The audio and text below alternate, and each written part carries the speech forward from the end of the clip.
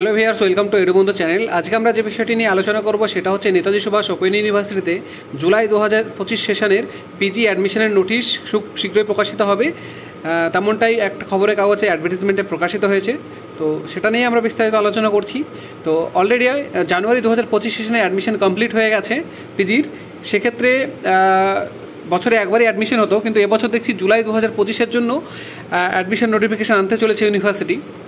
তো এটা হচ্ছে জুলাই 2025 সেশন 2025-26 শিক্ষাবর্ষের।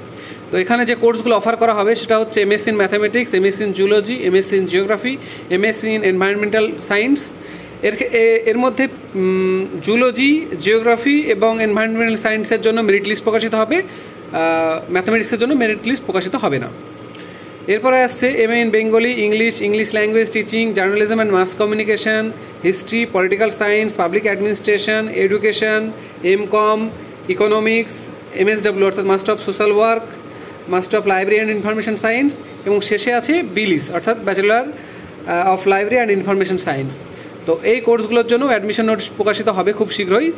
ইউনিভার্সিটি হয়তো 15 তারিখের মধ্যেই নোটিশ প্রকাশিত করে দিতে পারে। যদি নোটিশ প্রকাশিত হয় তো অবশ্যই আমরা আমাদের ইউটিউব চ্যানেলে বিস্তারিত আলোচনা করবো এটা নিয়ে।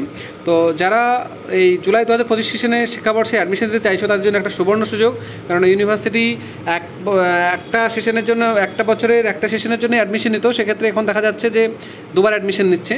তো অলরেডি যারা বিডিপি বা ইউজি কমপ্লিট করে ফেলেছো তাদের জন্য একটা সুবর্ণ সুযোগ আসতে চলেছে এই ইউনিভার্সিটিতে অ্যাডমিশন নেওয়ার জন্য।